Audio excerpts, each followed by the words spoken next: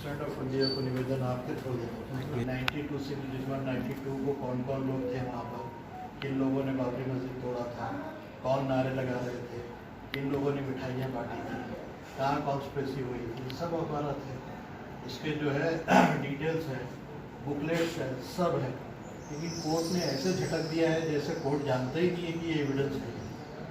Murder case के लिए भी दो सिर्फ गवाह चाहिए, 351 पूरे विटनेसेस हैं। आउट ऑफ 351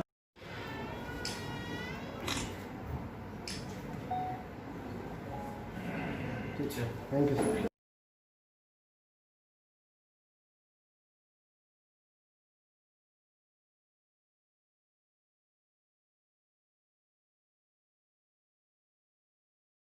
ओके जी, आज के सिलसिले में मेमोरेंडम दिया। बिस्मिल्लाहिर्रहमानिर्रहीम। मुस्लिम नुमाइंदा कौंसिल की जानिब से प्रेसिडेंट ऑफ इंडिया को एक मेमोरेंडम भेजा गया है थ्रू डिविजनल कमिश्नर, जिसमें हमने कल के सीबीआई कोर्ट के डिसीजन को बेस बनाकर ये बात कही है कि अब तक अदालतों से मुसलमानों को इंसाफ नहीं मिला है, और कल का फ़ैसला उसकी एक बदतरीन मिसाल है। एक ब्लैक डे के तौर पर हम इसको लेते हैं। 1947 में मूर्तियाँ रखी गई थी बाबरी मस्जिद के अंदर। उस वक्त FIR हुई, मूर्तियाँ हटाने के बजाय कोर्ट ने जो है दरवाज़ा बंद करने का डिसीजन दिया। 1 फरवरी 1986 में एक आदमी ने एप्लीकेशन लगाई, विदिन 1.5 आवर ये डिसीजन दिया गया है कि दरवाज़ा खोल दिया जाए। कोर्ट ने डिसीजन दिया है। शिलान्यास का डिसीजन कोर्ट का डिसीजन है।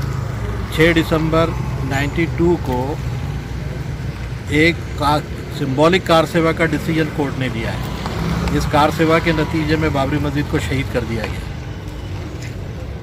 सुप्रीम कोर्ट ने स्टेटस को 7 दिसंबर का दिया है, जबकि बाबरी मस्जिद के मलबे पर, उसके ढेर पर मूर्तियां दोबारा लाके रखी गई।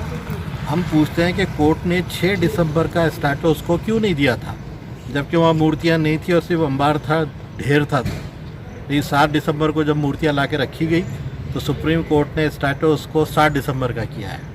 उसके बाद सितंबर 2010 में इलाहाबाद हाई कोर्ट का डिसीजन आया, जिसमें 3 हिस्से कर दिए गए। 3 टोम को 3 लोगों को बांट दिया गया।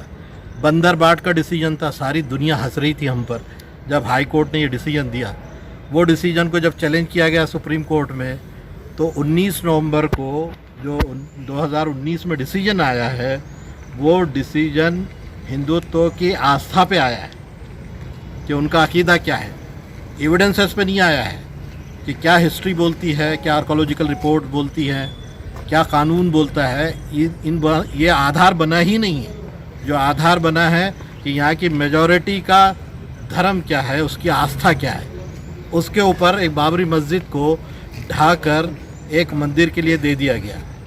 और कल का डिसीजन सीबीआई का जो आया है, उसमें जो लिब्रान कमीशन के 64 लोग जो नॉमिनेटेड है कि ये असल कल्प्रिट है, इन्होंने बाबरी मस्जिद को ढाया है, उन आउट ऑफ 64 ये 32 लोग थे जिनको कल कोर्ट ने बरी कर दिया है, सीबीआई कोर्ट ने। तो इस तरह से अभी तो सब बाकी है। अभी हमने देखा है वो सीन। अभी कई जो अखबारात के लोग हैं, कई अखबारात में लिखी हुई बातें हैं। उस ज़माने में जो मिठाइयाँ बटी थी, एक दूसरे से मुबारकबाद देने के फ़ोटोज़ हैं, उसके बावजूद एविडेंस को तस्लीम नहीं किया जा रहा है। इसका मतलब ये है कि जानबूझकर उनको बरी कर दिया गया ताकि सुप्रीम कोर्ट के डिसीजन को सपोर्ट मिल सके। तो हम ये समझते हैं कि न्याय को ज़िबा किया गया है, और जिस देश में न्याय ज़िबा होता है वहाँ जंगल राज होता है। हम इसको मानते हैं। तो हमारा ये कहना है प्रेसिडेंट ऑफ इंडिया से, जो थ्रू डिविजनल कमीशन हमने मेमोरेंडम दिया है, कि अगली कोर्ट के अंदर ये कल्प्रिट्स को छोड़ा ना जाए, उनके जो एविडेंसेस है उसको तस्लीम किया जाए।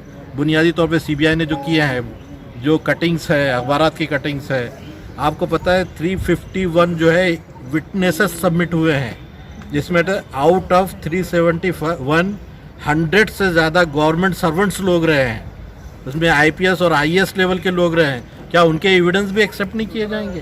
तो एविडेंस कहते किसको है? इसकी परिभाषा ही बदल दी जा रही है कि एविडेंस क्या होगा। और ये क्रिमिनल केस था।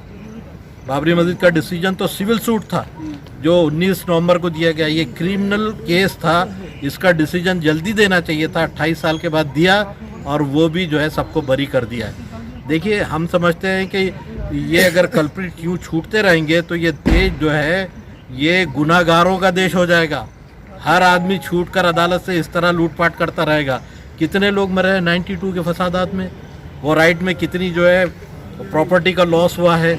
ये सब कल्प्रिट से निकालना चाहिए। ये 32 लोगों से वसूल करना चाहिए जो ज़माने में जो है लॉसेस हुए हैं।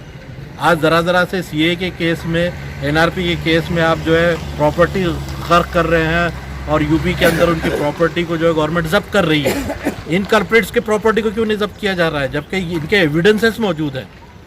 अब अगर ये अदालत ने छोड़ा, हम अगली अदालत में जाएंगे, लेकिन अगली अदालत का काम ये है कि एविडेंसेस को एक्सेप्ट करे और इसके मुताबिक जो है असल कल्प्रिट को सज़ा दे। हमारे ये डिमांड है, हमने ये दिया है, और कंपनसेट करें उन लोगों को जिनके लॉसेस हुए हैं उस पीरियड के अंदर। ये हमने डिमांड किया है और इसको लेकर हम यहाँ आए। जिस तरह के फैसले अदालतों से अखिलतों पर थोपे जा रहे हैं, इस पस मंजर में मुस्लिम पर्सनल लॉ बोर्ड और मुसलमानों का लाए अमल क्या होगा? देखिए, मुसलमानों ने तो अब तक कोर्ट के ऊपर भरोसा किया। मैंने तो आपको क्रोनोलॉजी बताई कि किस तरह बाबरी मस्जिद के मामले में हर कोर्ट ने मुसलमानों को इंसाफ दिया नहीं। मुस्लिम पर्सनल लॉ बोर्ड बताएगा कि उसको क्या स्ट्रेटजी नहीं। हमारा कहना ये है कि अगर देश को शांतता के साथ चलाना है और देश के अंदर ये क्रिमिनोलॉजी की मेंटालिटी कम करना है, ये झूठ फरेब और छल कपट को अगर ख़त्म करना है, तो इंसाफ की पद्धत अख्तियार करनी पड़ेगी। न्याय अगर आप नहीं देंगे तो ये जंगल राज होगा और जंगल राज का कोई फ्यूचर नहीं होगा।